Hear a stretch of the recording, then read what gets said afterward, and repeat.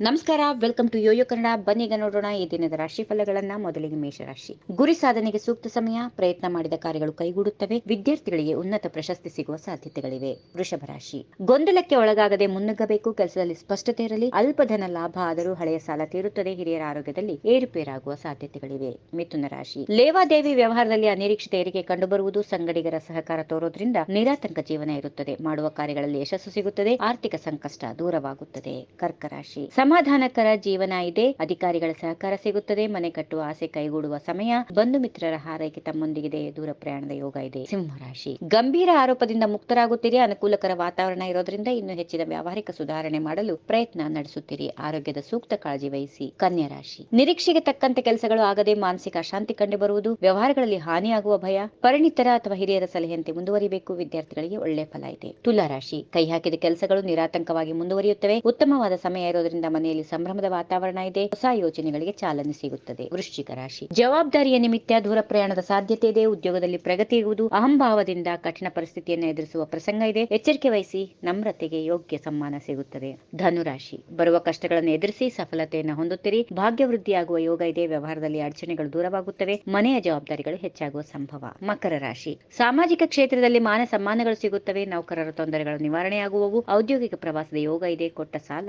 ಮರುಪಾವತಿಯಾಗುತ್ತೆ.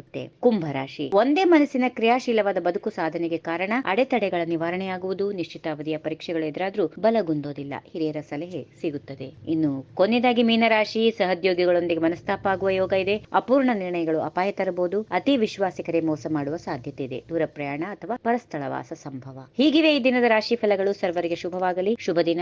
ನಮಸ್ಕಾರ. ಈ ವಿಡಿಯೋ ನಿಮಗೆ ಇಷ್ಟವಾದಲ್ಲಿ ಲೈಕ್ ಮಾಡಿ, ಶೇರ್ ಮಾಡಿ, ಸಬ್ಸ್ಕ್ರೈಬ್ ಮಾಡಿ.